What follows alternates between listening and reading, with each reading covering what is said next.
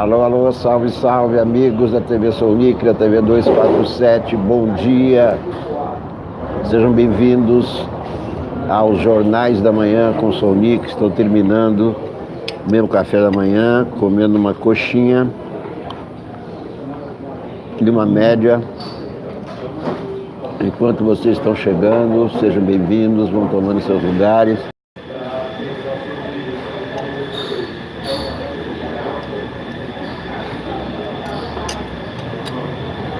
Bom dia, Ivete, bom dia, Iraci. Daqui a pouco vou ler com vocês os jornais do dia. Bom dia, Fernando Esteves.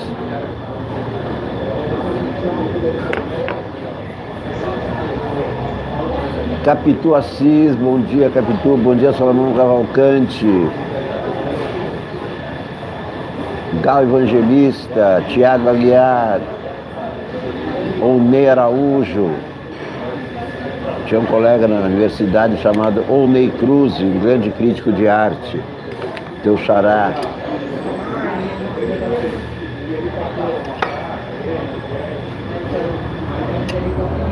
Camila Funchal, bom dia. Maria Lúcia, bom dia. Anderson, Sandra Zunker de Indaiatuba. Maria Lúcia, bom dia, muito obrigado pela audiência.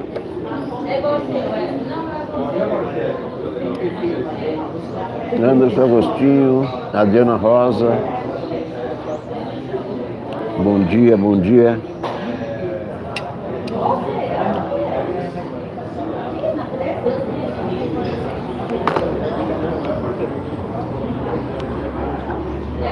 Fernando Nascimento, mandar um abraço para quem? Manda um abraço para Wilkins Diegues, Bueno Brandão, sul de Minas.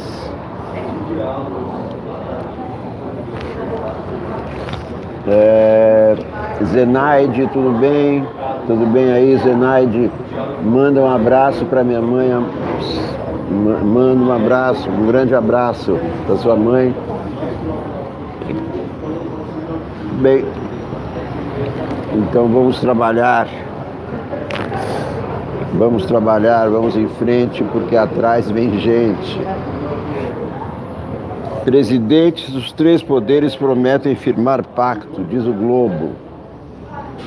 Fernanda Torres Moraes, de Curitiba, bom dia.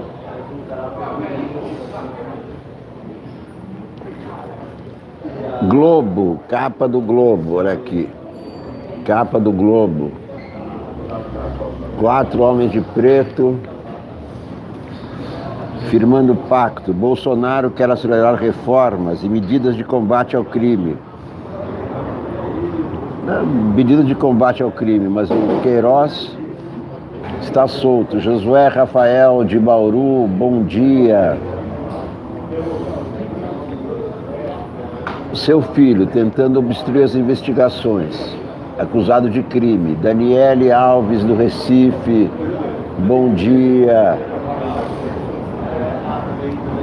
2 dias após os atos favoráveis ao governo, em que Legislativo e Judiciário foram criticados, atacados, melhor dizendo, né?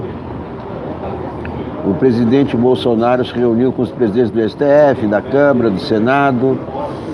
Em café da manhã na Alvorada, os chefes dos poderes discutiram um pacto para acelerar a aprovação de pautas de interesse do governo. Além das reformas da Previdência e tributária, Bolsonaro quer medidas para combater o crime organizado e a corrupção. Bom, quem conhece bem o crime organizado é Queiroz, né? Se o Queiroz for interrogado, vai contar muita coisa sobre o crime organizado. Aqueles milicianos que o filho do Bolsonaro condecorou devem saber muita coisa sobre o crime organizado. Então, que história é essa? De querer combater o crime organizado quando o crime organizado está ali, né, no quintal, né? Não faz sentido pacto entre os poderes, diz o editorial. Também uma coisa que eu disse ontem. O pacto entre os poderes está na Constituição. Marisa Del Monte, bom dia, São Caetano do Sul. O pacto entre os poderes está na Constituição. Basta cumprir a Constituição, basta não interferir. Brasil, Brasil, bom dia. Américo Fortal, bom dia.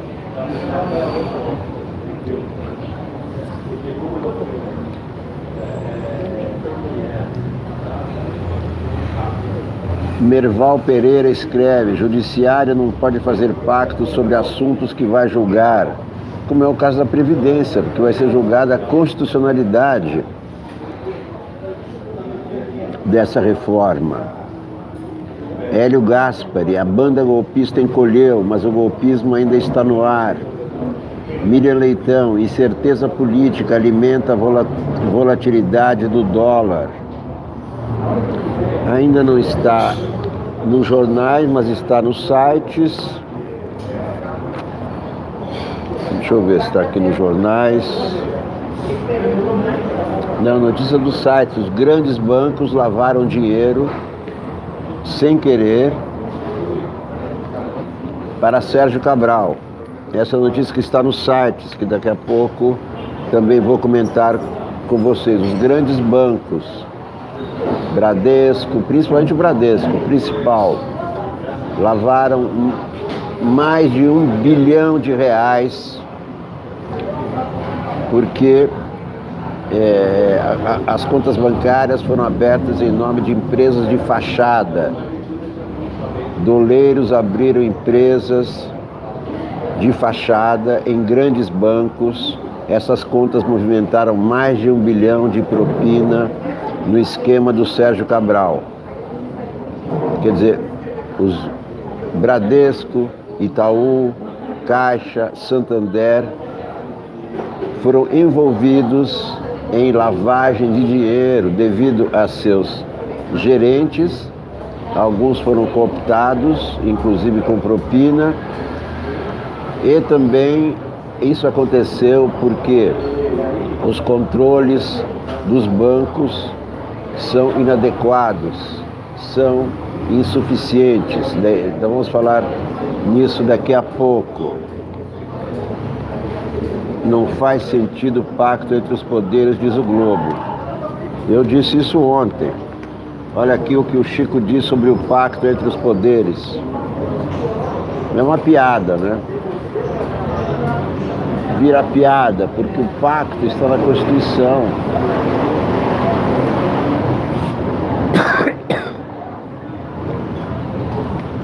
É só o Bolsonaro parar de conspirar contra os outros poderes, parar de conspirar contra os políticos, parar de conspirar contra o Congresso. Esse é que é o acordo. O acordo está na Constituição. Não faz sentido o pacto entre os poderes editorial do Globo. A ideia de pacto para enfrentar situações difíceis exerce especial sedução sobre a política brasileira. Depois da ditadura militar, o primeiro presidente civil, José Sarney, lançou a proposta de amplo entendimento para reconstruir um país em crise, que rumava para a hiperinflação.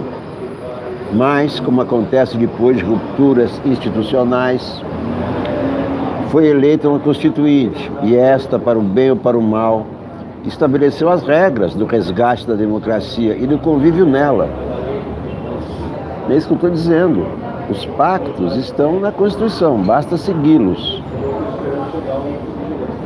A inspiração era o Pacto de Moncloa, firmado em 1977 na Espanha, pelo qual as forças políticas, sob o poder moderador do rei Juan Carlos, fizeram a travessia ordenada da longa ditadura franquista para a democracia, num regime de monarquia parlamentarista.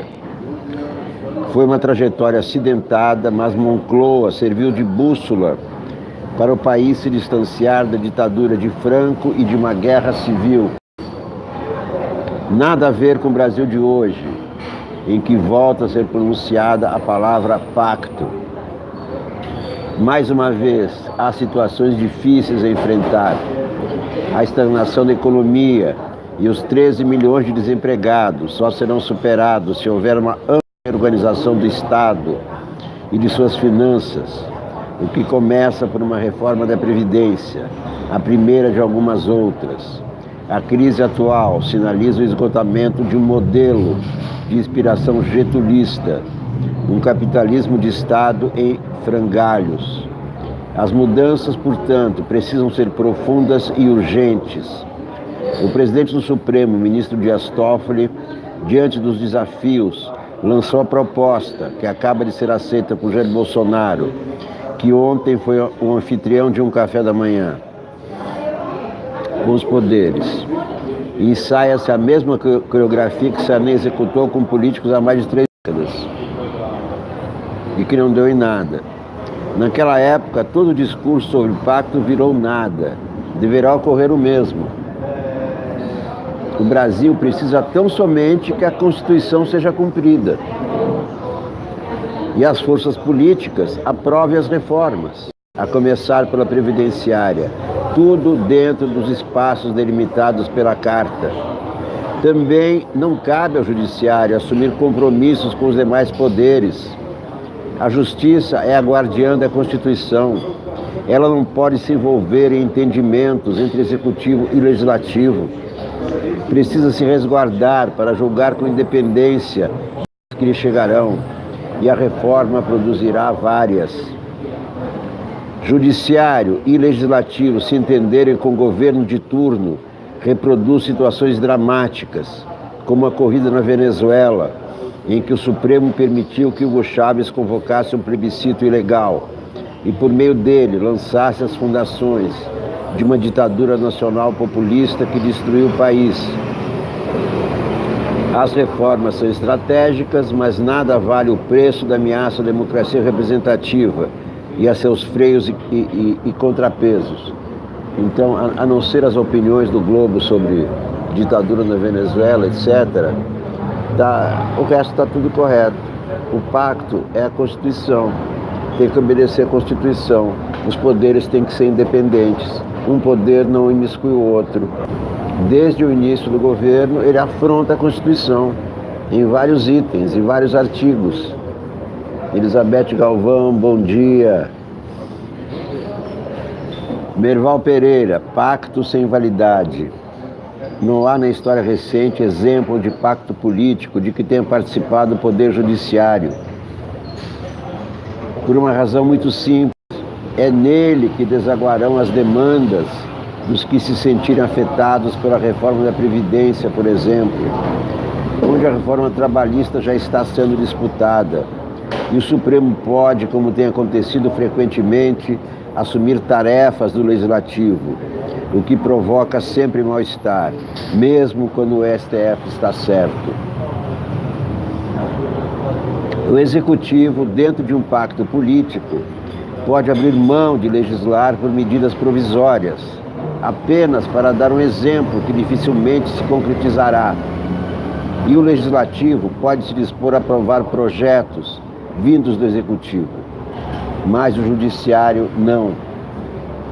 O pacto entre os 3 poderes anunciado ontem é uma boa ideia, até mesmo para acabar com a disputa entre eles, mas sua execução é difícil, na plenitude anunciada. O Judiciário não pode fazer pacto sobre assuntos que vai julgar, como a reforma da Previdência, que é o principal ponto do acordo político que busca a retomada do crescimento. Entre o Executivo e o Legislativo, não há problema conceitual, embora existam problemas políticos a resolver, especialmente depois das manifestações de domingo.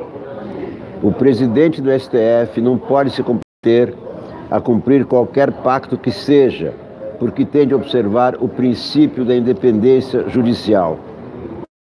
Nos exemplos de pactos políticos recentes, não está registrada a presença do Judiciário. O mais famoso dos pactos é o de Moncloa, na Espanha, pró-franquismo, em 1977. O governo de centro-direita de Adolfo Suárez conseguiu o apoio pluripartidário para aprovar no Congresso programas de reconstrução econômica da Espanha, que se encontrava há 5 anos em recessão. É assim que caem as ditaduras, por desequilíbrio econômico, por falência econômica, como foi no Brasil também. Perante o parlamento alemão, em 2003, o chanceler democrata Gerhard Schröder propôs um plano de reformas nas relações trabalhistas e no sistema previdenciário, no complemento do processo de incorporação da Alemanha Ocidental.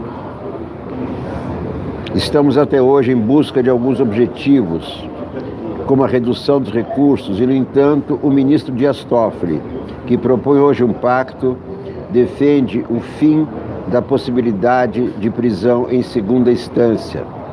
Este é um exemplo claro de que o acordo poderia ser feito, mas o Executivo, através do ministro Sérgio Moro, defende a medida, parte do Legislativo é contra e parte do Judiciário também. É claro que não pode ser defendida a prisão em segunda instância, porque isso afronta a Constituição. A Constituição manda prender só depois de esgotadas todas as instâncias.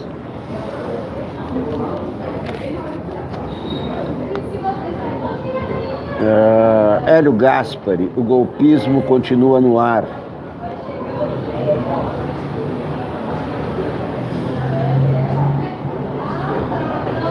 Durante a campanha eleitoral,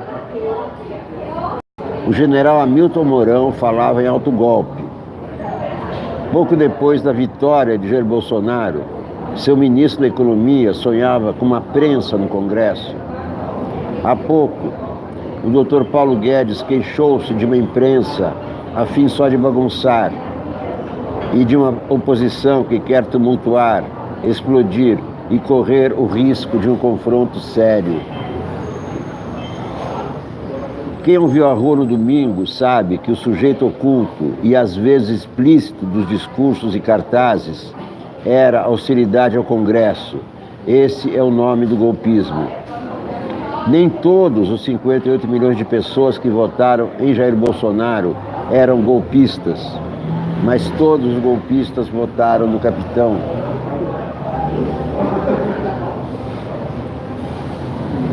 Passados 5 meses, a banda golpista encolheu na rua e no andar de cima. Como o sapo de Guimarães Rosa, não fez isso por boniteza, mas por precisão. Mesmo assim, escalou-se o presidente da Câmara, Rodrigo Maia, para o papel de pichuleco da vez. De boa fé, o mais ardente dos bolsonaristas haverá de reconhecer que Maia defende a reforma da Previdência há mais tempo e com mais ardor que Bolsonaro. O golpismo está sem ideias. Tome-se o caso da reforma. Os 2 pontos mais contestados são a mudança no benefício aos miseráveis e a proposta do regime de capitalização. Paulo Guedes já disse que a primeira mudança poderá ser opcional e a segunda, além de opcional, poderá ficar para mais tarde.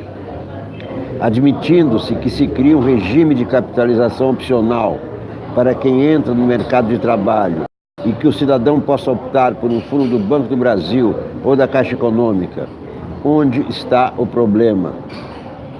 A balbúrdia que ronda a reforma e outras iniciativas do governo não é alimentada por uma oposição tumultuante e explosiva.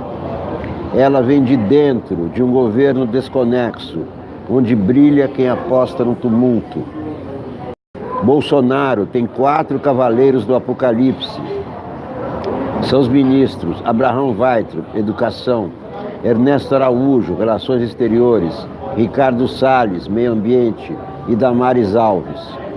Basta compará-los a 4 ilhas de tranquilidade: Tereza Cristina, Tarcísio Gomes, Bento Albuquerque e Santos Cruz. Weintraub foi a espoleta que explodiu a crise nas universidades. Sintomaticamente, enquanto ele jogava gasolina, Bolsonaro comportou-se como bombeiro. Aceitou a lista tríplice da Federal do Rio de Janeiro, e nomeou a professora Denise Pires de Carvalho para a sua reitoria. Pouco depois, mostrou-se contrário à cobrança de anuidades nas universidades públicas, coisa de comunista, diria um golpista. Ernesto Araújo meteu-se na armação de um golpe perfumado na Venezuela. Ricardo Salles encrencou-se com os financiadores internacionais do Fundo Amazônia e chamuscou a biografia de Joaquim Levy, presidente do BNDES, arrancando-lhe o afastamento da chefe do Departamento de Meio Ambiente. Já a doutora Damares descobriu que Chico Buarque é um cantor. Os Cavaleiros do Apocalipse estragam o serviço de ministros que trabalham sem bumbo. Tereza Cristina costurou uma trégua com a China.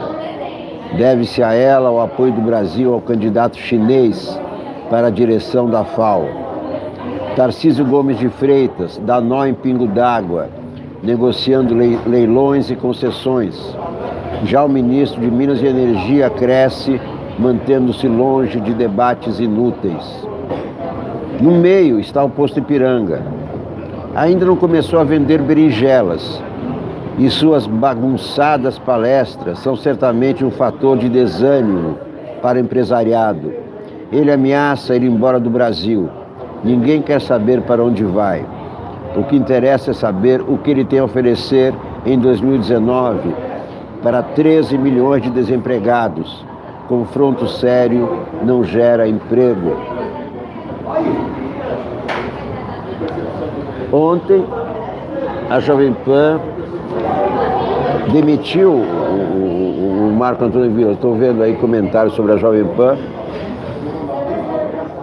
Foi confirmado pelo próprio Marco Antônio Villa o seu afastamento. Quer dizer, a direção da rádio disse para ele: você tem que se afastar por 30 dias. Isso, evidentemente, é uma punição, é um castigo.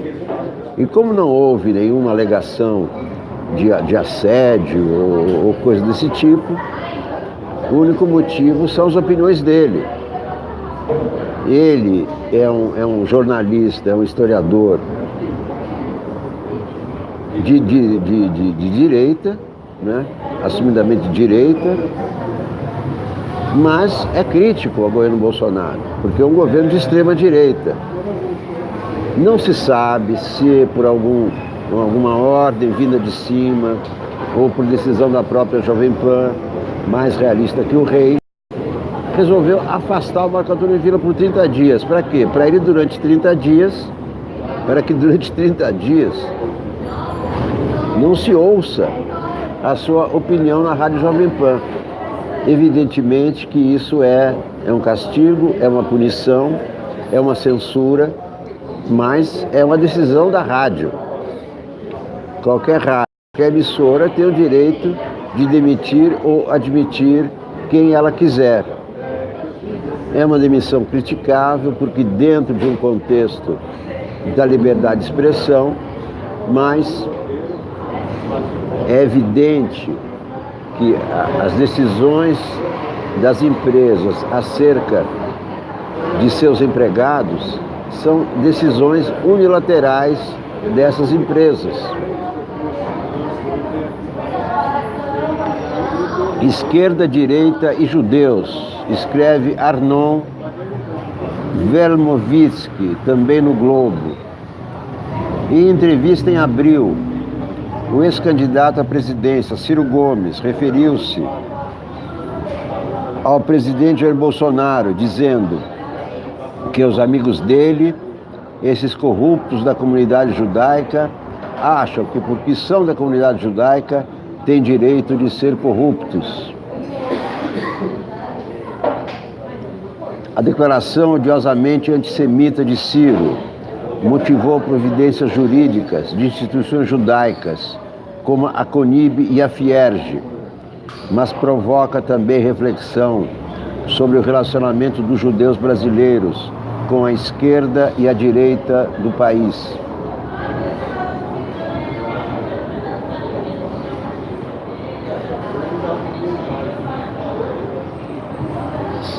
A Jovem Pan, fundada nos anos 60, antigamente Rádio Pan-Americana. E esse nome, na época tudo era jovem, Jovem Guarda, Jovem não sei o quê, então o nome mudou para Jovem Pan. E era a melhor rádio de São Paulo. Rádio imparcial, com belas reportagens, uma bela equipe de jornalistas. Mas agora, a Rádio Jovem Pan tem uma posição ideológica de direita. Desde a época do impeachment da presidente Dilma, a Rádio Jovem Pan enveredou por esse caminho. Ela hoje é uma emissora parcial.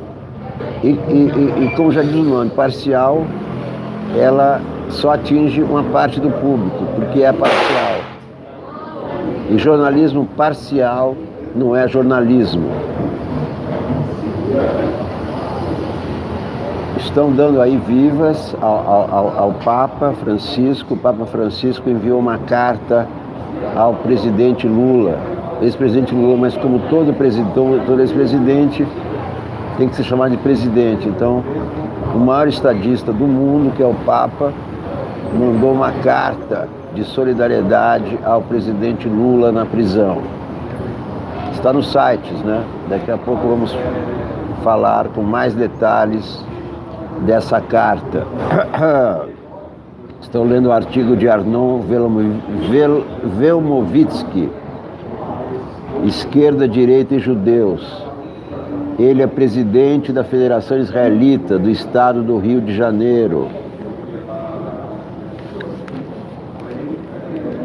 A politização do relacionamento da sociedade com sua comunidade judaica repete perigosamente no Brasil.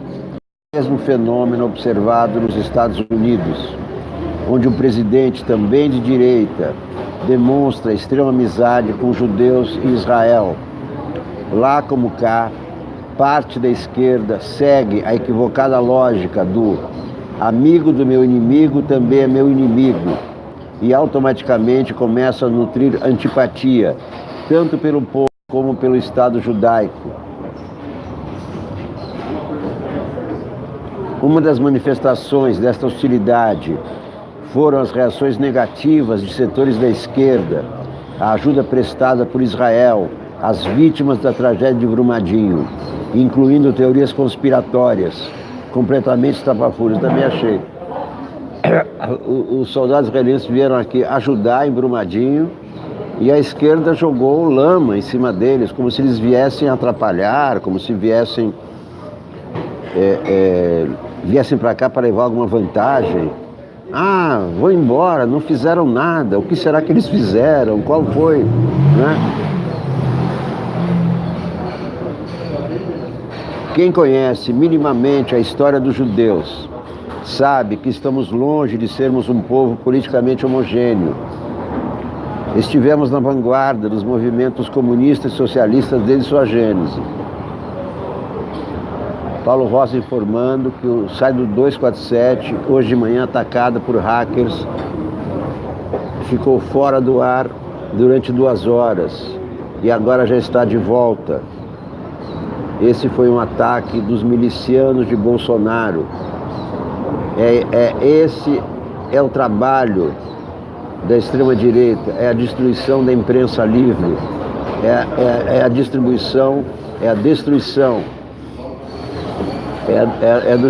destruição das ilhas onde ainda prevalece a liberdade de expressão, onde podemos com toda liberdade mostrar as nossas ideias, mostrar as nossas diferenças e debatermos de igual para igual.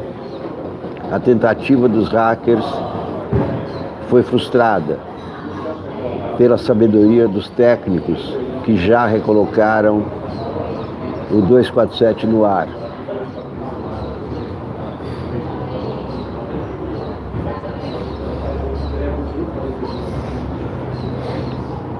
Sabemos perfeitamente que, para os antissemitas, pouco importa a nossa posição política. Entre as 6 milhões de vítimas do Holocausto, havia judeus de esquerda, de direita, de centro e apolíticos. Juntos fomos perseguidos. Juntos embarcamos em trens como gado. E juntos morremos nos campos de extermínio.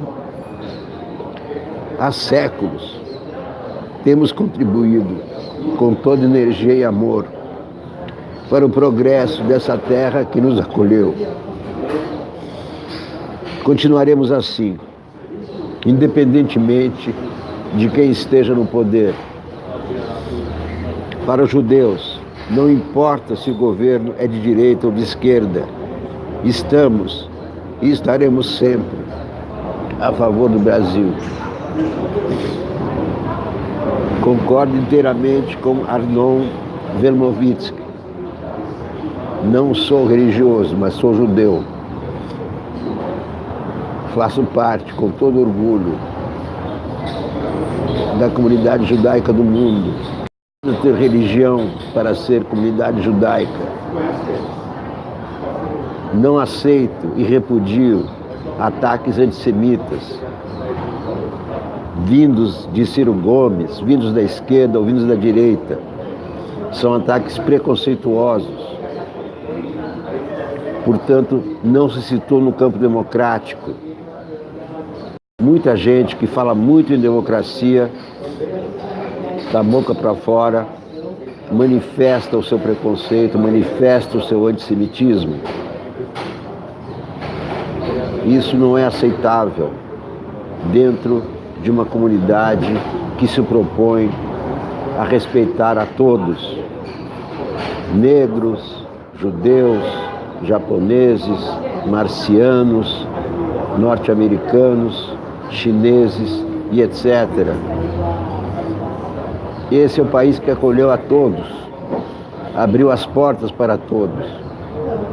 E todos que vieram para cá, os judeus, os japoneses, os libaneses, todos participaram do crescimento, do desenvolvimento do Brasil. O Brasil é um país rico, graças à comunidade internacional, graças aos imigrantes que vieram para cá no início do século XX, para trabalhar na roça, para trabalhar na cidade, para trabalhar em todos os lugares. Carlos Alberto Campos Lima, muito obrigado. Muito obrigado pela sua colaboração. O Superchat está aberto a todos, como também o projeto Catarse. Bom dia, Eliana Laskovski, São José dos Pinhais, região metropolitana de Curitiba. Bom dia, todos nós. Eu sou imigrante também. Sou imigrante ucraniano e sou judeu, embora não pratique, embora não vá à sinagoga.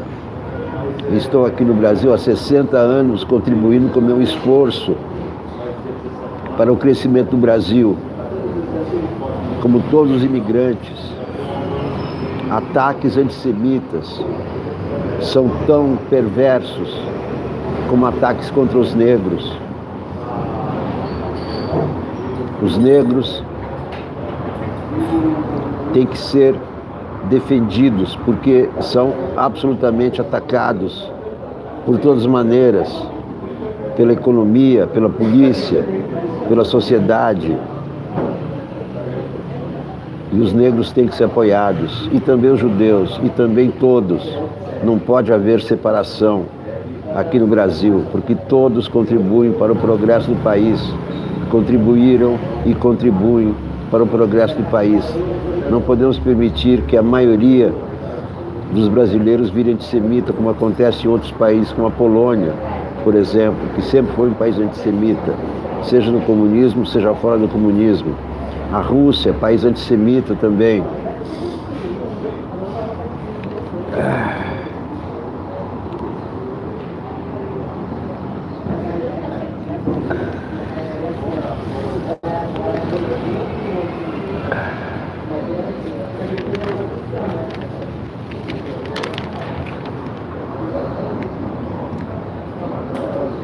Dois dias após atos de rua, Bolsonaro tenta acordo com o Legislativo e Judiciário. Esse acordo é uma piada, é um acordo de fachada, porque o pacto está na Constituição.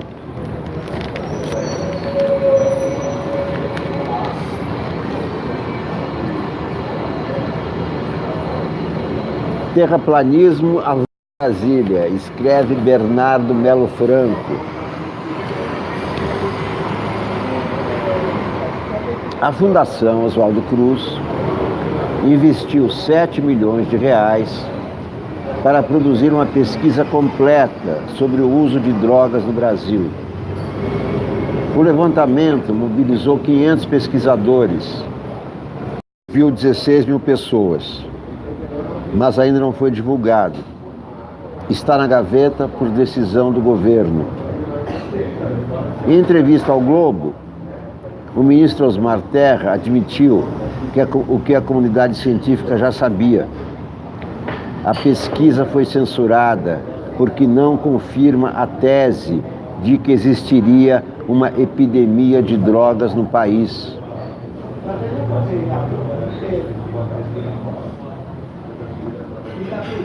Eu não confio nas pesquisas da Fiocruz, sentenciou Terra, alegando que o estudo não teria validade científica. Ao ser lembrado de que a instituição tem prestígio internacional, ele respondeu: é prestigiada para fazer vacina. Agora, para a droga, ela tem um viés ideológico. Que estupidez! O ministro disse ser óbvio, entre aspas, que o país vive uma epidemia de drogas, só se as drogas forem os ministros e o governo, em sentido figurado.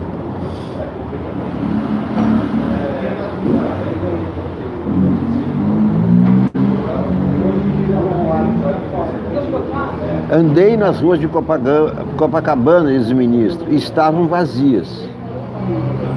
Se isso não é uma epidemia de violência que tem a ver com as drogas, eu não entendo mais nada, declarou. Mas que coisa mais absurda, que declaração estapafúrdia. Ele viu Copacabana vazia e isso quer dizer que tem epidemia de drogas. Estamos entregues, então, a um bando de ignorantes.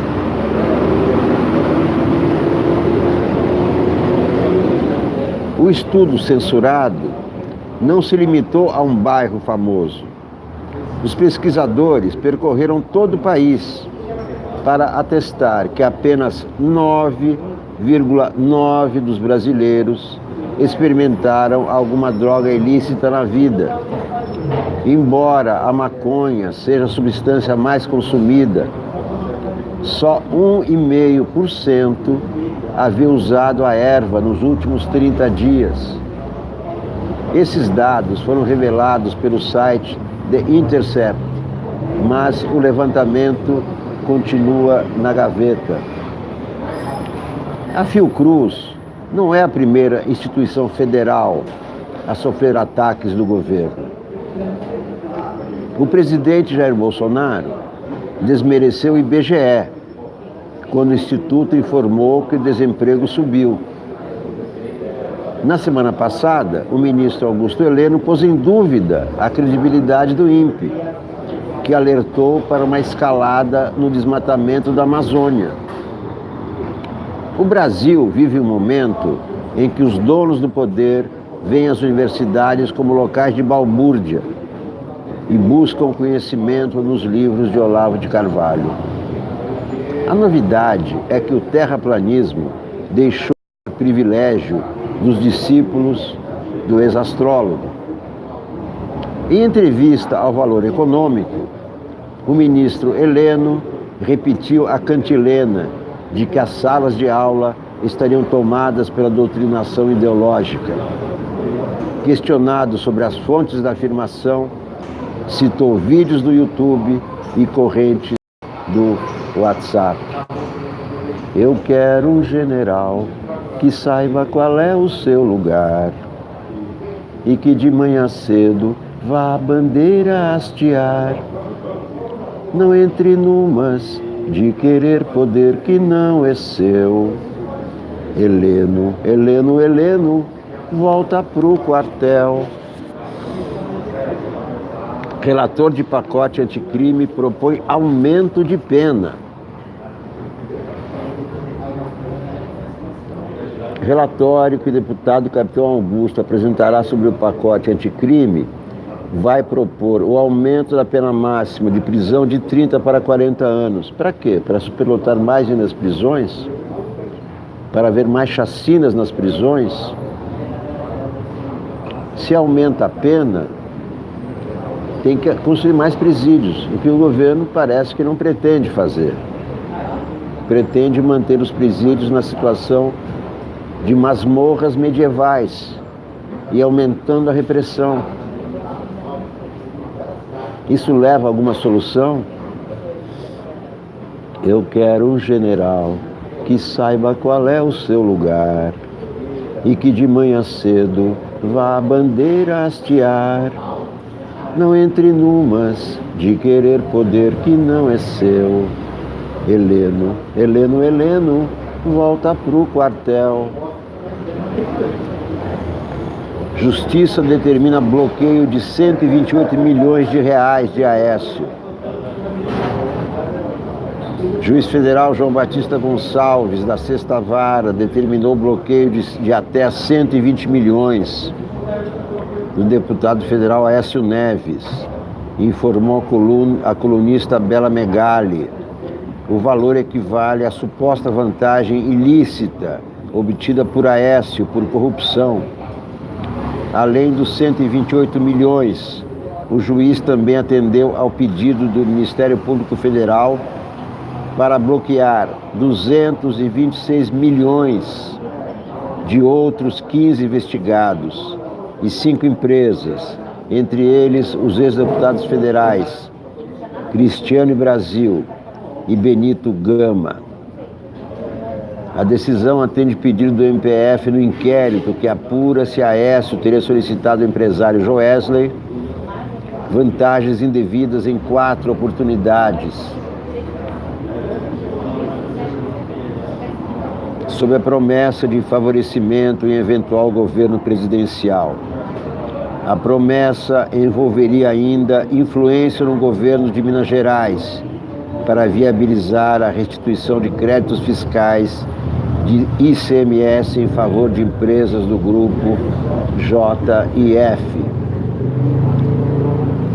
Essas são as notícias do Globo. Eu queria falar um pouco com vocês a respeito de um artista, que eu acho que hoje é o artista mais importante do Brasil, o maior cômico brasileiro, o maior imitador brasileiro. Os vídeos dele na internet estão bombando com mais de 1 milhão de visualizações. Chama-se Alexandre Porpetone. Alexandre Porpetone, o melhor imitador de Jair Bolsonaro, de Trump, de Casagrande, Galvão Bueno, enfim. Ele é o novo Chico Anísio, melhor que o Chico Anísio. Ele é o maior humorista brasileiro, está à frente de Marcelo Adnet, está à frente de Tom Cavalcante, porque além de ser um imitador brilhante, ele tem um texto próprio, engraçadíssimo, muito mais engraçado que o do Marcelo Adnet, que é um humor mais intelectual. O Porpetone, Alexandre Porpetone, que deve adotar esse apelido de Porpetone, naturalmente. Ele é gordinho, baixinho, só que ele é gordinho, baixinho, ele faz um Trump, que é o tão perfeito, nos gestos, na voz, nas declarações. Esse é o maior cômico brasileiro, não sei porquê Maria Campos ainda não há um programa solo com ele na televisão. Deveria ter um Alexandre Porpetone Show. E ele faz sozinho. Tem vários vídeos na internet onde ele contracena com ele mesmo. Ele faz uma paródia do Bem Amigo chamado Sem Amigos. E ele faz o Galvão Bueno, faz o Casagrande, faz o Ronaldo Fenômeno, faz o Teves, faz o Ronaldo Giovanelli, faz todos, mas de maneira perfeita. De maneira perfeita. Quero mandar meu abraço ao Alexandre Porpetone. Eu já conheci o Porpetone da Transamérica, onde ele participava de programas que eu ouvia só por causa dele. Ele já saiu da Transamérica, porque hoje está na televisão, brilhando, atualmente no Multishow, onde está sendo subaproveitado nas paródias do Tom Cavalcante, onde o Tom Cavalcante faz Jair Bolsonaro, mas o Bolsonaro do Porpetone é melhor do que o do Tom Cavalcante, embora o do Tom Cavalcante seja muito bom também. Mas o texto, as inflexões, as expressões do Porpetone são perfeitas, são muito melhores. Viva Alexandre Porpetone, quero mandar meu grande abraço a esse talento. Realmente, Chico Anísio não imitava. E o Porpetone tem essa capacidade incrível de imitar na voz. Ele faz um Lula perfeito. A pose do Lula, sabe? Tudo. Quando ele faz o Lula, ele é o Lula. Quando ele faz o Trump, é o Trump. Ele faz o Lula conversando com o Trump. Ele faz o Tite, enfim. Não conheço o Porpetone. É um grande talento. Merecia ter um programa individual. Merece um grande filme. Merece todo o sucesso. O Alexandre Porpetone. Viva o humor brasileiro. Baixinho, gordinho, mas faz qualquer tipo. Magro, alto. Quando ele começa a falar e atuar, não se olha mais a altura dele, nem se ele é gordo ou magro, mas sim se presta atenção na incrível inteligência corporal, inteligência verbal. Viva Alexandre Porpetone. Vamos continuar com os jornais de hoje. Peraí, deixa eu ver um pouco aqui a internet, porque tem essa história aí da lavagem de dinheiro dos grandes bancos. Como é que vai ficar essa história? Grandes bancos lavando dinheiro de doleiros, aceitando a abertura de contas de empresas de fachada que movimentaram 1 bilhão em propina durante o governo Sérgio Cabral. E são os maiores bancos brasileiros: Bradesco, Itaú, Santander e Caixa. Culpa dos gerentes? Sim, já há gerentes presos, gerentes que foram identificados nesse cambalacho, mas o que diz o Ministério Público Federal também é que os bancos não têm controles adequados para flagrar esses crimes. As empresas, quando abrem contas nos bancos, têm que ser investigadas. Essas empresas que movimentaram milhões eram empresas localizadas em endereços incompatíveis, em locais incompatíveis com a grana movimentada. Então falharam os bancos, podem responder por lavagem de dinheiro, porque os bancos ganharam muito nessas operações. Imagina a movimentação de 1 bilhão. O que os bancos não ganharam nessas operações durante vários anos? E são operações com dinheiro sujo. Os bancos lavaram dinheiro sujo, os grandes bancos.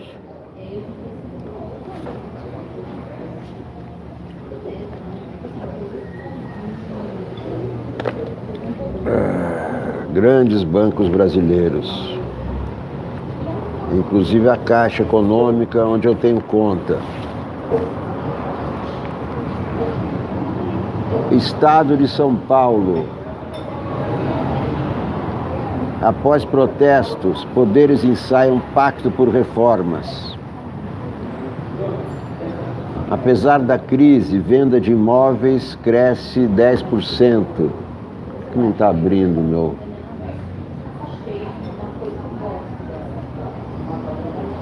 Apesar da paralisia da economia, o mercado imobiliário vendeu quase 10% mais imóveis no país no primeiro trimestre do ano. Ainda bem que algum setor não está na lona. Por causa da demanda reprimida, o setor, no entanto, esperava alta de 15%. Então, aumentou 10%, mas esperava alta de 15%. De janeiro a março foram comercializados 28 mil imóveis, ante 26 mil nos mesmos meses de 2018. Neste período foram lançadas 14 mil unidades. Em São Paulo foram vendidas 6 mil unidades, alta de 17%. O que mais se faz em São Paulo é construir prédios. Os prédios sobem rapidamente em São Paulo.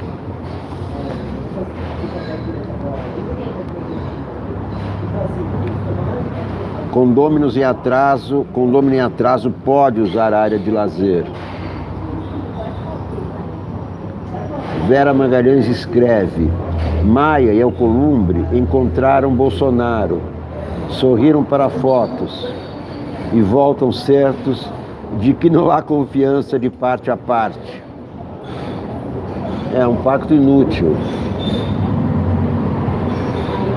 Um pacto só para ter algum impacto, mas de concreto não vai sair nada desse pacto.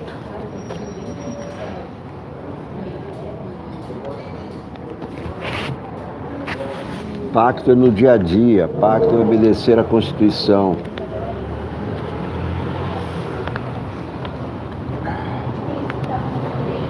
E o Augusto Heleno ali também fazendo pacto. Que isso? Como o governo perde tempo com inutilidades. Onde está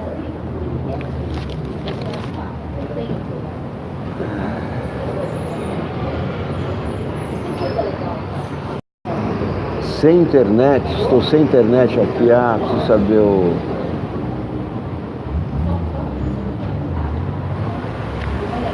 um pacto enganador.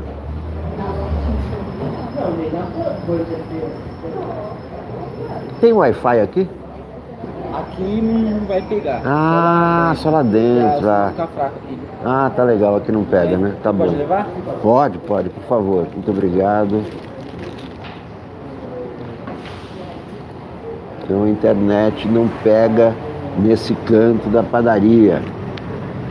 Um pacto enganador. Depois eu vou lá para o outro lado já. Consultar a internet com as notícias da manhã. Editorial do Estadão. O presidente Jair Bolsonaro escolheu novamente a solução errada e enganadora ao reavivar em café da manhã com o chefe dos outros poderes a ideia de um pacto a favor da pauta de reformas e do crescimento. Apresentada há 2 meses pelo presidente do STF, a proposta quase esquecida foi agora espanada e convertida em símbolo de harmonia e de cooperação entre executivo, legislativo e judiciário. Falando em Maduro, o Porpetone faz uma imitação perfeita também do Maduro. Com todo o gestual do Maduro, e ele é baixinho, e o Maduro grandão. Com esse lance, o presidente da República, mais uma vez, jogou sobre o Congresso e a Justiça, embora de forma implícita, a responsabilidade por entraves a mudanças importantes para o país. A responsabilidade principal pelos impasses, no entanto, está na chefia do Executivo, como sabe qualquer pessoa razoavelmente informada. Quem tem que obedecer à Constituição é o Executivo, que não está obedecendo. Um pacto sobre as metas será assinado na semana de 10 de junho, disse o ministro-chefe da Casa Civil, Onyx Lorenzoni. Mas a declaração pode ter sido precipitada. O presidente da Câmara, Rodrigo Maia, informou a intenção de submeter o papel aos líderes da casa antes de assiná-lo. Só assinará, acrescentou, se houver apoio da maioria. Mas será mesmo necessário? O próprio Maia, juntamente com o presidente do Senado, Davi Alcolumbre, já se havia comprometido a apoiar a reforma da Previdência e outras importantes para a correção de desajustes e a reativação da economia. Esse compromisso, deixaram claro, seria cumprido com ou sem a cooperação do presidente da República. O presidente da Comissão Especial da Câmara e o relator do projeto das aposentadorias também têm afirmado seu empenho em cuidar do assunto. Depois do café da manhã com o presidente Bolsonaro, o presidente da Câmara simplesmente reiterou sua promessa e reforçou a recomendação de urgência no tratamento dos projetos já em tramitação. O grande omisso nas negociações entre os poderes e na articulação de apoios a projetos de interesse do Executivo tem sido o presidente Jair Bolsonaro. Além de omisso em relação a essas tarefas, ele já disse ter reservas em relação à reforma da Previdência. A tarefa de articulação ficou entregue quase exclusivamente ao ministro da Economia, Paulo Guedes, uma figura empenhada, mas sem experiência política e às vezes sem tato nas discussões com parlamentares. Ele tem aprendido e de toda forma tem sido ajudado pelo presidente da Câmara. O próprio partido do presidente Bolsonaro, o PSL, tem sido desastrado e ineficiente no trabalho de apoio ao Executivo. O primeiro trimestre, já se sabe com segurança, foi desastroso na economia. O tamanho do fiasco será conhecido amanhã, quando for divulgado o Produto Interno Bruto do período de janeiro a março. As projeções para o ano estão abaixo de 1%, 1,5%. Empresários esperam notícias animadoras para se mexer. Essas notícias dependerão em parte do andamento de projetos importantes. Se surgirem, essas novidades terão resultado muito mais da iniciativa de parlamentares que de um pacto entre poderes. Quanto ao presidente Bolsonaro, é difícil dizer por quanto tempo ainda se interessará pelo assunto. É a opinião do Estadão. Um pacto enganador. Quem é que vai pagar o pacto?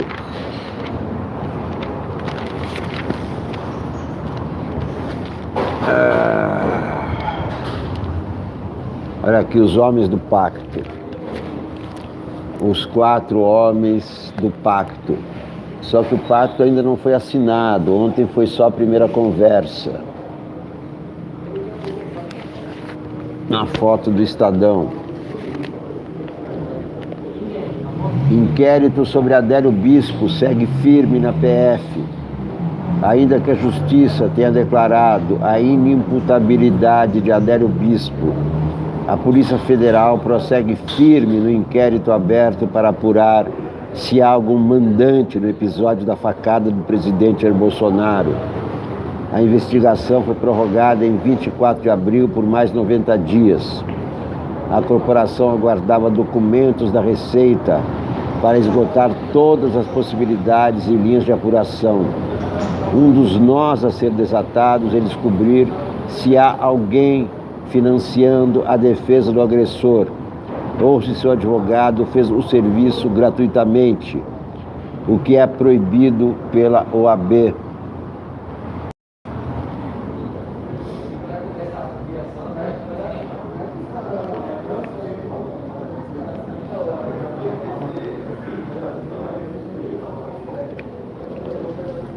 A defesa do senador Flávio Bolsonaro, filho do Jair Bolsonaro, envolvido com Queiroz, envolvido com movimentações ilícitas, vem tendo dificuldades na Justiça do Rio por causa de falhas frequentes no sistema de informática do Tribunal de Justiça.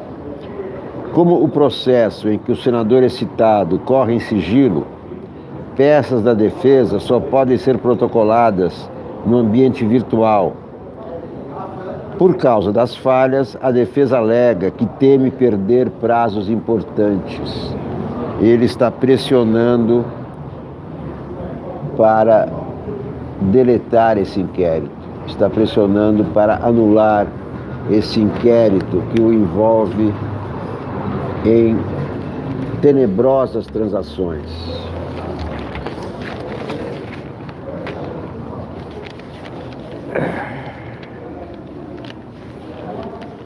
Maia minimiza atos e fala em antecipar a Previdência. Alvo de protestos, o presidente da Câmara diz que vai pedir parecer da reforma antes do dia 15.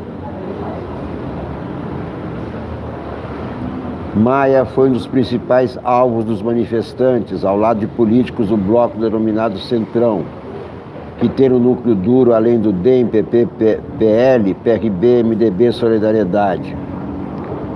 Toda manifestação legítima, democrática, mostra que a democracia está viva. Todas elas vêm com uma mensagem. Cada um tem de saber avaliar as mensagens, respeitando a posição de cada um. Foi o que disse Maia a respeito dos ataques a ele. Pacto para inglês ver, escreve Vera Magalhães.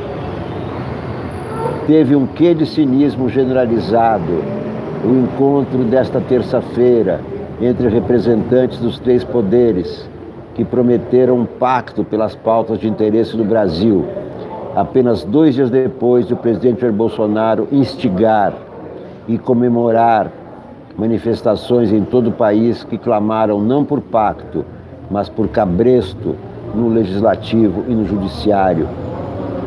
Os presidentes da Câmara e do Senado não vestiram a carapuça de inimigos da nação que tentaram lhes enfiar nas cabeças.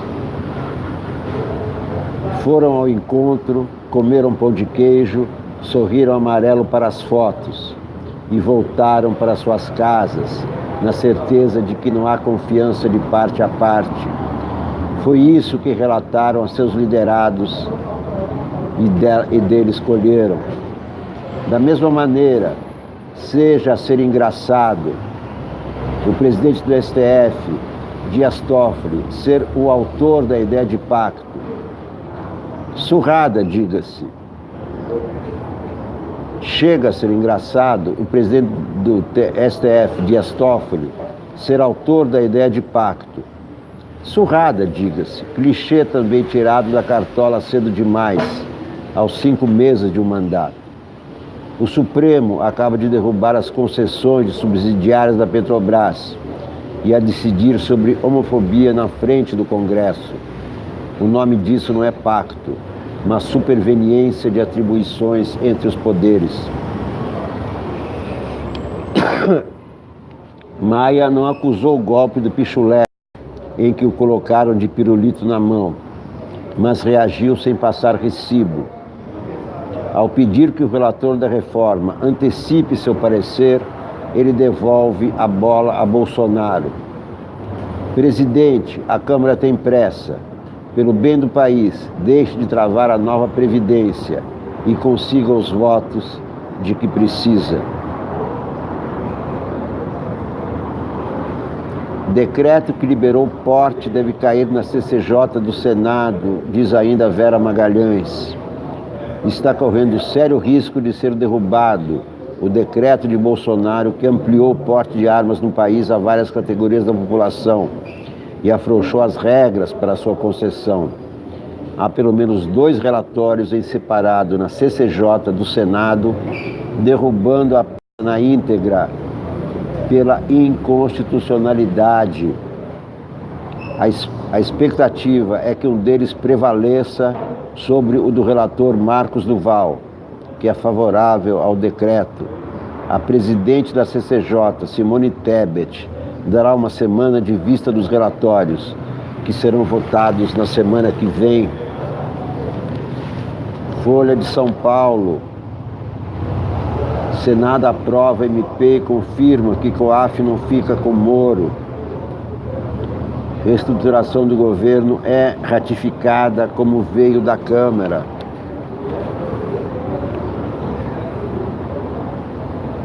Poderes se reúnem por terceiro pacto republicano, é assim que a Folha chama esse pacto, o terceiro pacto republicano. Os outros dois não deram em nada. Pacto é no dia a dia, pacto é seguir a Constituição, pacto é não conspirar contra os outros poderes, como Bolsonaro tem feito.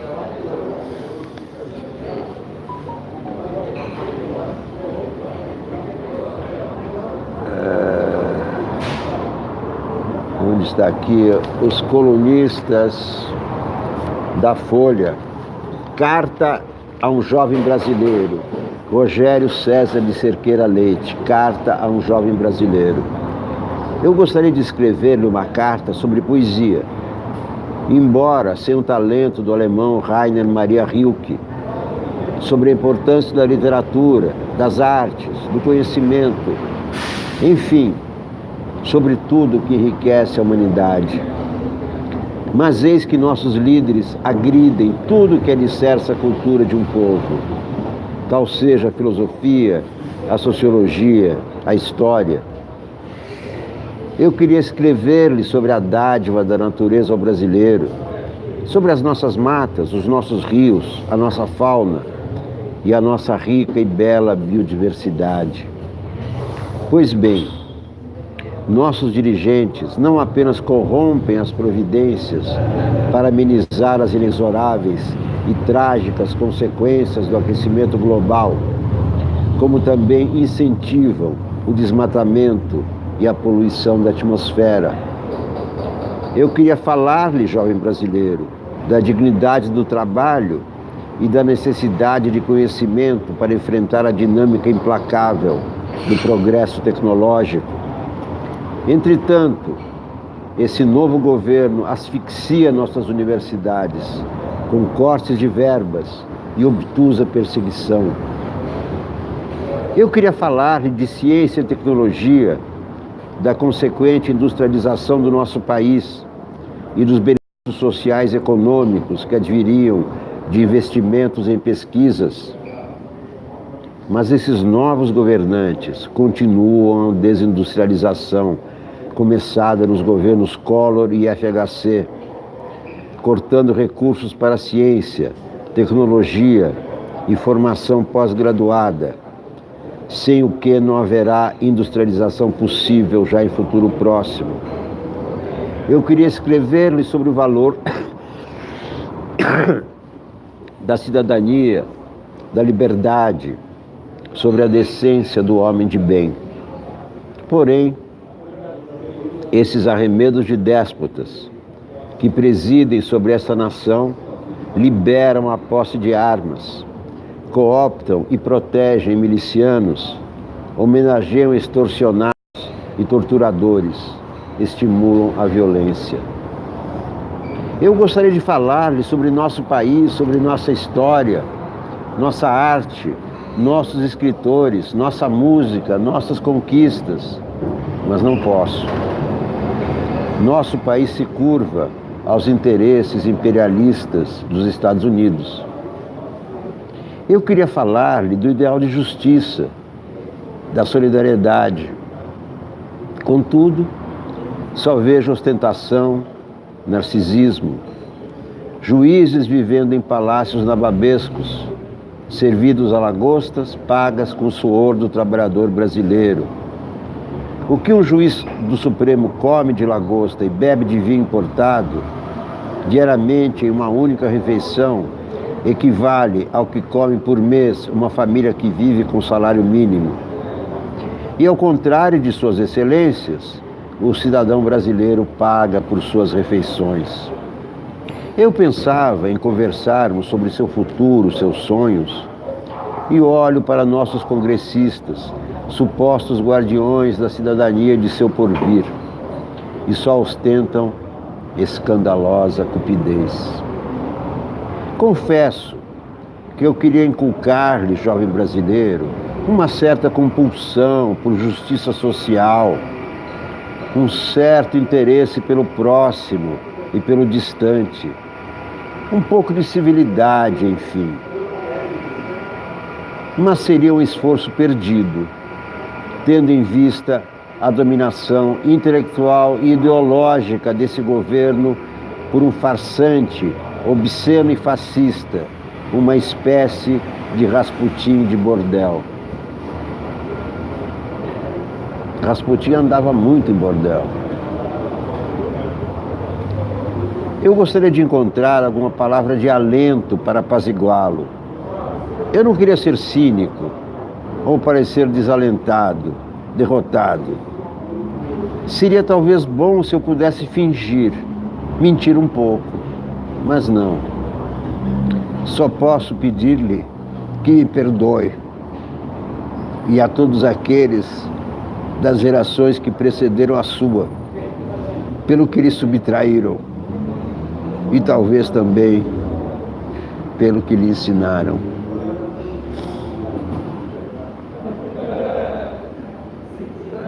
Carta a um jovem brasileiro, assinada pelo grande cientista Rogério César de Cerqueira Leite, físico, professor emérito da Unicamp, membro do Conselho Editorial da Folha e presidente do Conselho de Administração do Centro Nacional de Pesquisa em Energia e Materiais.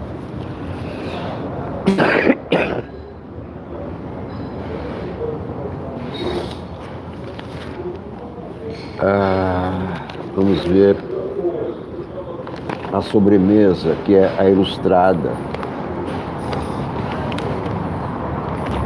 Folha Ilustrada. Em luta contra a Netflix e outros serviços de streaming, Globo faz investimento bilionário para ressurgir como uma gigante tecnológica. Matéria de Nelson de Sá, na Folha. Chipados, série sobre fracassos amorosos que estreia com exclusividade no Globoplay no próximo dia 7.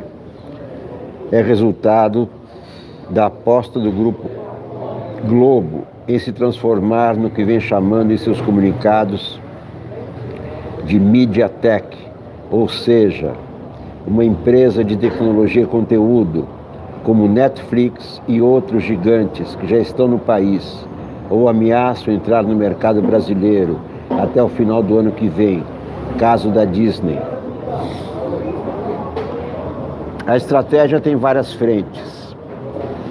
Parte do projeto Uma Só Globo, lançado no ano passado para a unificação do grupo, mas as atenções estão voltadas para o Globoplay. Vem dele também o primeiro efeito prático das mudanças. Pelo balanço de 2018, a TV Globo registrou redução de 38% na geração de caixa operacional, de 2,3 bi para 1,4 bi.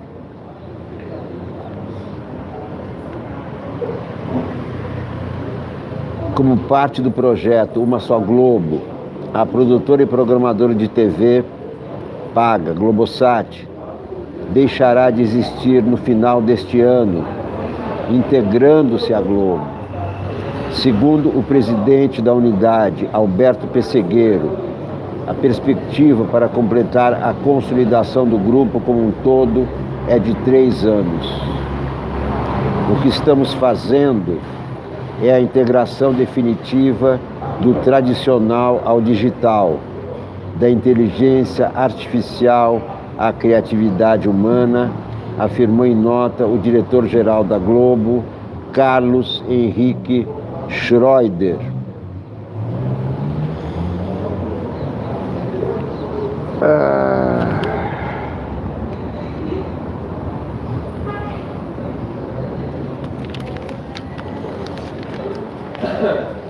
Coluna da Mônica Bergamo,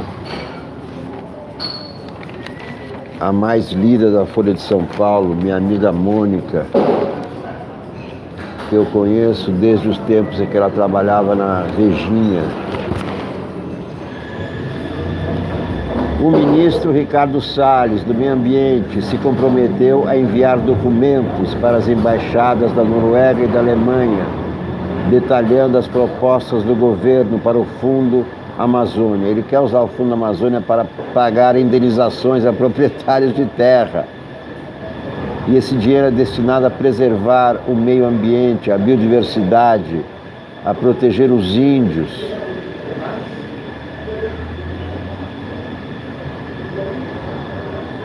A Noruega já colocou 3 bilhões de reais no fundo. A Alemanha, 192 milhões. O Brasil, 7 milhões. E a Amazônia fica no Brasil.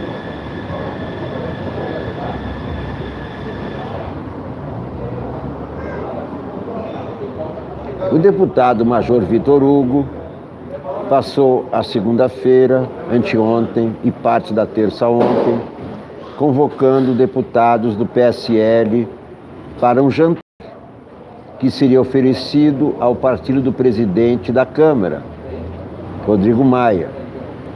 No início da tarde de terça, surpresa, Maia já tinha marcado outro compromisso. O major teve que desconvidar os colegas de partido.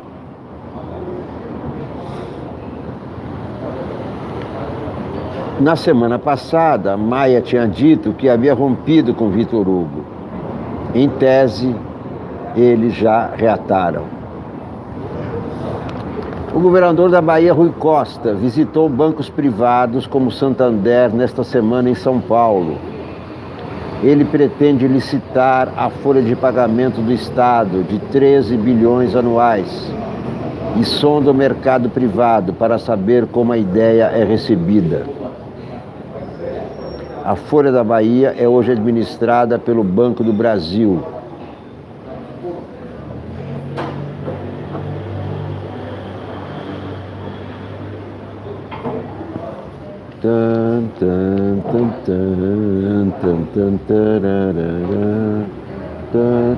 Aqui está a carta do Papa Lula. O Papa Francisco enviou uma carta a Lula neste mês, lamentando as duras provas que o senhor viveu ultimamente. No texto, ele cita a morte de Dona Marisa, do irmão de Lula, Genival Inácio, e do neto dele, Arthur. O Papa diz que ora por Lula e pede que o petista não deixe de rezar por mim. A correspondência é uma resposta a uma carta que o ex-presidente enviou ao Santo Padre em março. O pontífice faz ainda considerações religiosas e diz que, graças ao triunfo de Jesus sobre a morte, os homens podem acreditar que no final o bem vencerá o mal, a verdade vencerá a mentira e a salvação vencerá a condenação. É uma carta que carrega muitas mensagens, além daquelas de afeto, diz a advogada Carol Proner, que faz parte de um grupo de estudos no Vaticano e teve acesso à correspondência.